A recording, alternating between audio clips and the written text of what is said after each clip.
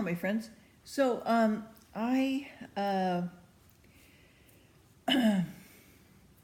just been going through a change uh, with somebody that I was really friends with for the last 6 months. And anyway, I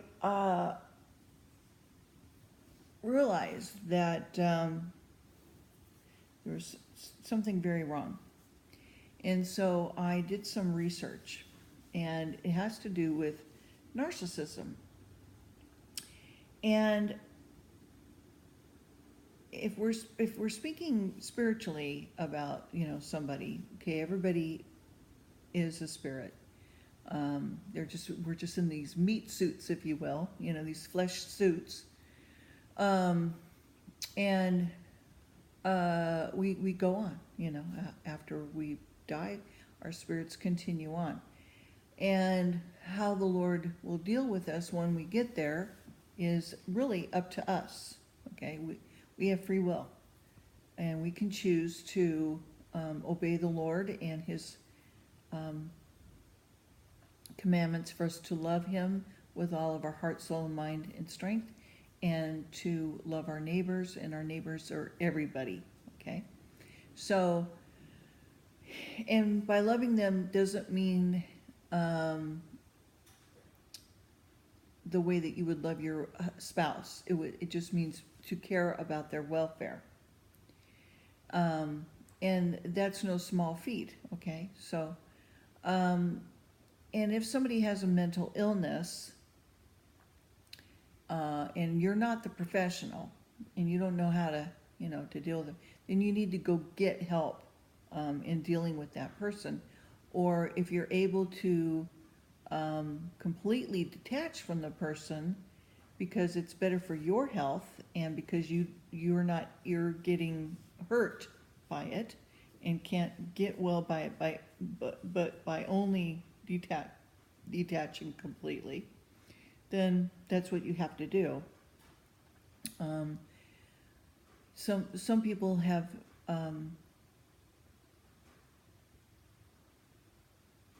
to go to therapy to get themselves well, and some people can do it on their own. Depending on how severe you've been abused by this person who has mental illness.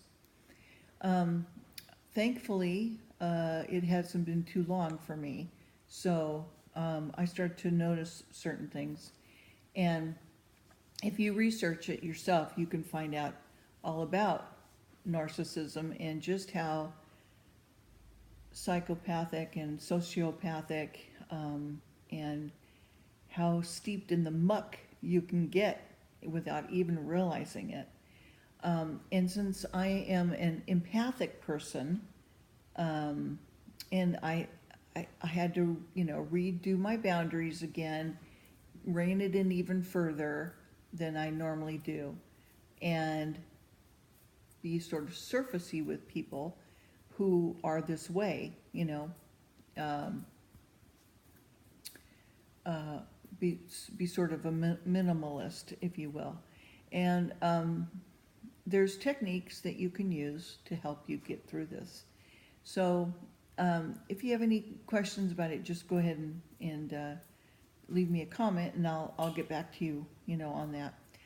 There's plenty of forums out there that you can look at that you can get professional help from people who are actual psychologists, sociologists, life coaches, that kind of thing, and who have an expertise on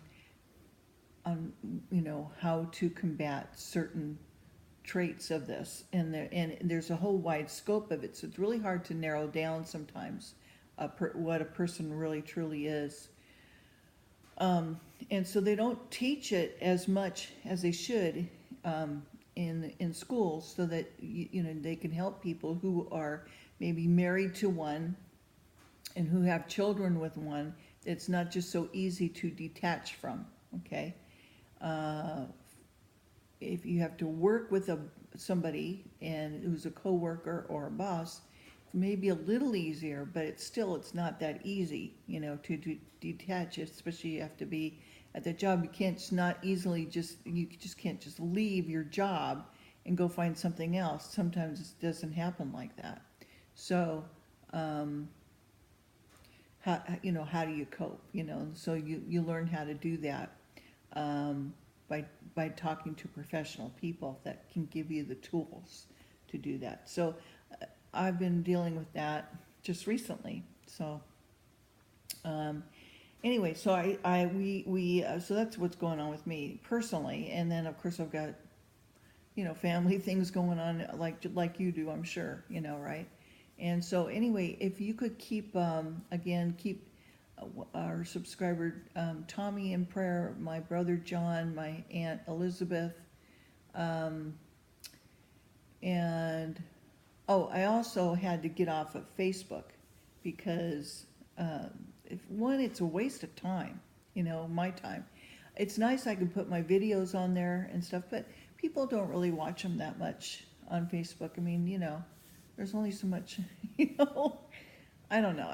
Either you like a person's music, you're really, but I'm doing cover tunes a lot so people can hear the originals and,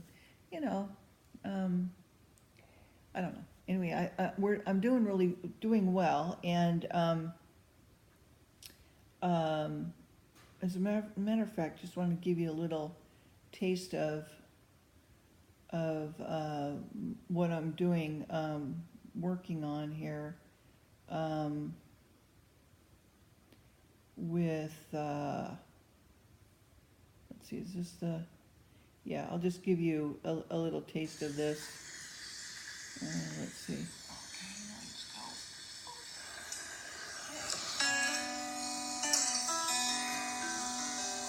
Ready to go? I'm ready.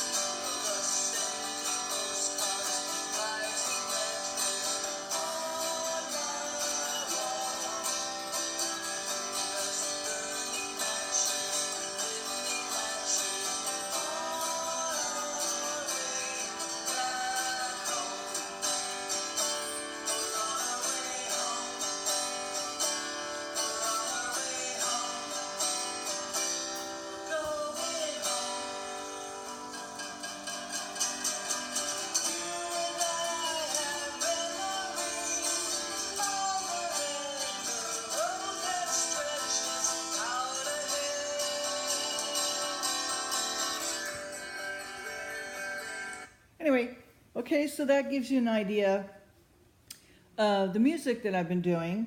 And yeah, we're going to do at least 4 songs at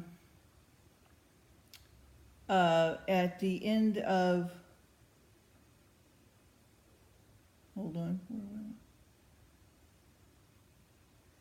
at the end of the month at the Bell Gardens, and then we'll take it from there and see what else we're gonna do, right? And so we're gonna do that one. That's called "The Two of Us" by the Beatles, and then 3 other songs. So that's what I'm doing, and I'm enjoying that. And I could show it on YouTube. I can't show all the songs because I don't want to plagiarize people's songs. So on Facebook, I could easily show it because it's just among my friends and family. It's not going out to the public necessarily. But social media really can cause narcissism. So I, you know, and can, it's just not, I don't know, I just don't have time, I've got so many other things I want to do. So anyway, we finished on page 224 of Swedenborg, and he's talking about loving each other and goodwill does not do evil to its neighbor, okay? So, goodwill is the fullness of the law, all right? So if you're actually doing goodwill towards somebody else, or, yeah, loving your neighbor, and you're a narcissist and you're not getting yourself any help, then, yeah, okay. Then you're going to have to answer to the Lord, Yeah. So anyway, people who think that their outer selves cannot help being astounded that the 7 commandments on the second tablet was proclaimed by Jehovah on Mount Sinai in such a miraculous way, given that these same rules were legal principles of civic justice in all the countries on earth, including Egypt, where the children of Israel had just come from. No country can survive without these rules, okay? So, that's going to tell you God's in charge. Every country uses the 10 Commandments, okay? Otherwise, they don't have a society, okay? The reason why Jehovah proclaimed them, however, was that he wrote them with his own finger on the tablets of stones, that they are rules not only for all civic communities, therefore they're rules for moral earthly life. They are also rules for all the heavenly communities, and therefore rules for a moral spiritual life. Acting against these rules then is acting not only against other people but also against God. Okay, so we can see that the moral life in its essence, we can see that this is a life in accordance with human laws and divine laws at the same time. Therefore, people who live by both sets of laws as one law are truly moral and live a life of goodwill. Anyone who wants to grasp the nature of goodwill is capable of doing so by looking at the nature of an outward moral life. Just copy the outward moral life you have in civil interaction with your inner self, so that your inner willing and thinking parallel the actions of your outer self, and you'll see a model of goodwill. Okay, so about Secrets of Heaven. This is another book that he wrote from 1749 to 1756. I think this one's the most interesting, one of the most interesting ones.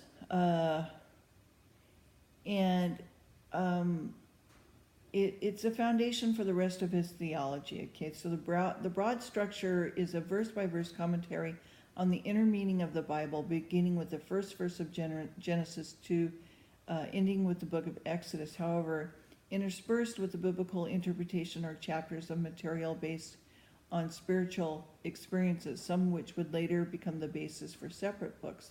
Secrets of Heaven. Swedenborg argues that the Bible should not be interpreted literally, but as a description of spiritual principles. For example, take the familiar story of Adam and Eve eating a fruit of tree of knowledge. The snake that tempts Eve represents our own senses and intellect, and eating the apple represents an attempt to judge spiritual goodness and truth by reasoning things out, rather than trusting the good impulses that come to us from the Lord.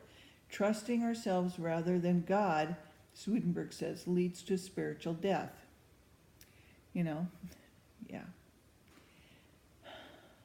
This method of interpreting the Bible is often called doctrine of correspondences, and this is a key aspect of Swedenborg's theology. He describes correspondences as a mutual relationship between spiritual and earthly things, divine love and wisdom, 71. In his cosmology, there are two separate universes, one spiritual, one material, and the two coexist as one intertwined creation.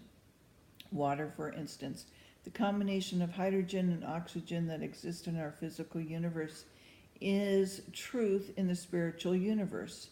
So when the word water appears in the Bible, it's actually a reference to water in the spiritual realm, that is, to truth. Likewise, the sun in heaven, as described in the excerpt from Divine Love and Wisdom,